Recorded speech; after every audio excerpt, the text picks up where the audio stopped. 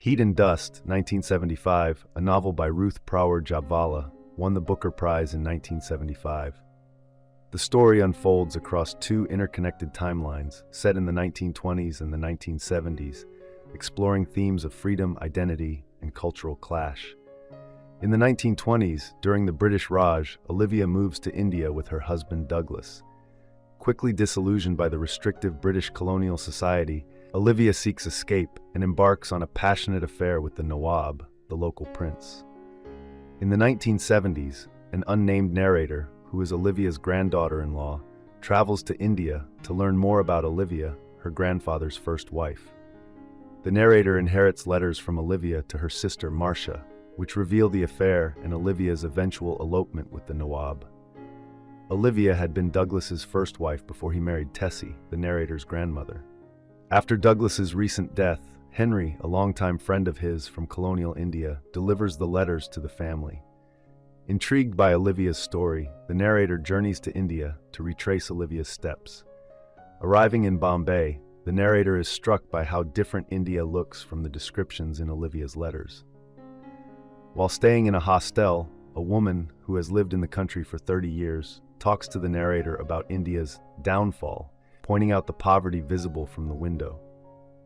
The narrator travels to Sadipur, where Olivia once lived, only to discover that Olivia's former home has been converted into a government building.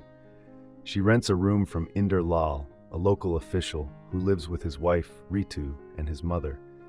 Inder Lal offers to show the narrator the Nawab's palace, and they travel by bus to Cotton. However, the palace, now abandoned and decaying, fails to impress the narrator, and once again, she gains no further insight into Olivia's fate. The narrative shifts to Olivia's perspective, revealing her life in Satipur. She has been in India for several months, but is already feeling trapped and bored, as she has nothing to do but stay at home. A change arrives when Olivia is invited to dine at the Nawab's palace, where she meets Harry, a close friend of the Nawab, and they bond over their shared discontent with the British officials. Olivia is captivated by the Nawab's wealth and grandeur and is drawn to him. The Nawab visits her house and they spend an enjoyable day together. Olivia is excited to return to the palace, but when Douglas declines another invitation, after one of his friends is excluded, Olivia becomes increasingly unhappy. Her sorrow deepens with the death of the baby of the Saunders, a British family. Olivia is then introduced to Sandy, the Nawab's mentally ill wife, through Mrs. Crawford, another woman in the British community.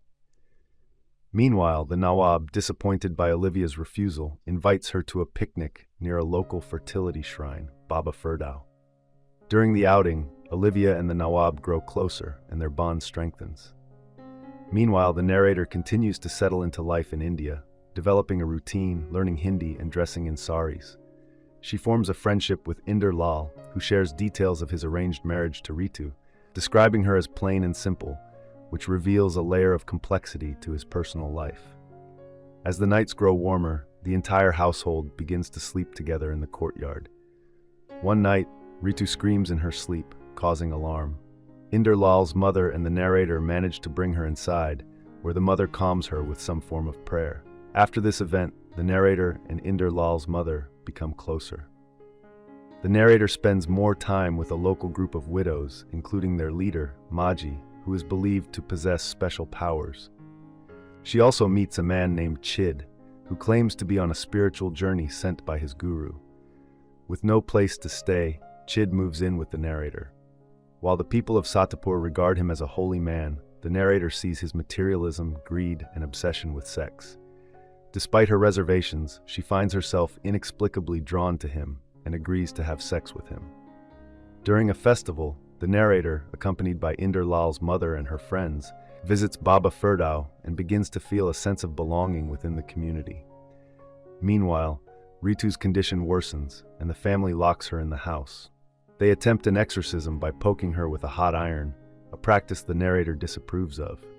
Maji suggests a pilgrimage to cure Ritu, and together with Chid and Inder Lal's mother, they embark on the journey. When Chid returns, having abandoned his holy lifestyle, he is disillusioned and bitter, now despising everything about India. He is gravely ill and disappointed when his doctor tells him he cannot leave the country. Back in the 1920s, Olivia is torn between her husband Douglas, with whom she hopes to start a family, and the Nawab, her passionate lover. The British officials and their wives criticize the Nawab's handling of local conflicts, suspecting him of criminal involvement. Olivia continues her secret meetings with him, assisted by Harry, who drives her to the palace. When Harry falls ill, Olivia witnesses the close friendship between him and the Nawab. The narrator's affair with Inderlal deepens as they visit Baba Firdow together. In a parallel narrative, Olivia also visits Baba Firdow with the Nawab and sleeps with him. Maji informs the narrator that she is pregnant and offers to perform an abortion to save her from the shame. Olivia, too, discovers she is pregnant, and before telling Douglas, confides in the Nawab. Both men are happy, assuming the child is theirs. In the present, the narrator decides to stay in India, feeling it is the only way to follow in Olivia's footsteps. Unlike the narrator, Olivia chooses to have an abortion, and the British doctor, familiar with local medicine, realizes that the miscarriage was induced. Olivia flees to the Nawab's palace after the hospital, and she and the Nawab elope, never to be seen again. In the present day, the narrator travels to the mountains, to a town she refers to only as X, where Olivia had once gone. Though the Nawab provided for Olivia, he eventually abandoned her to spend time in London with Harry. The narrator visits the house where Olivia grew old and takes a room in an ashram. Heat and Dust was adapted into a film in 1983 by Merchant Ivory Productions, a company for which Ruth Prawer Jhabvala wrote several scripts. The films produced by Merchant Ivory, known for their dramatic period stories about repressed British characters in romanticized settings of India, became iconic in the 1980s. Notable Merchant Ivory films include A Room with a View, Howard's End, and The Remains of the Day. I hope you enjoyed this video. Leave a like if you did, and be sure to subscribe. Thank you.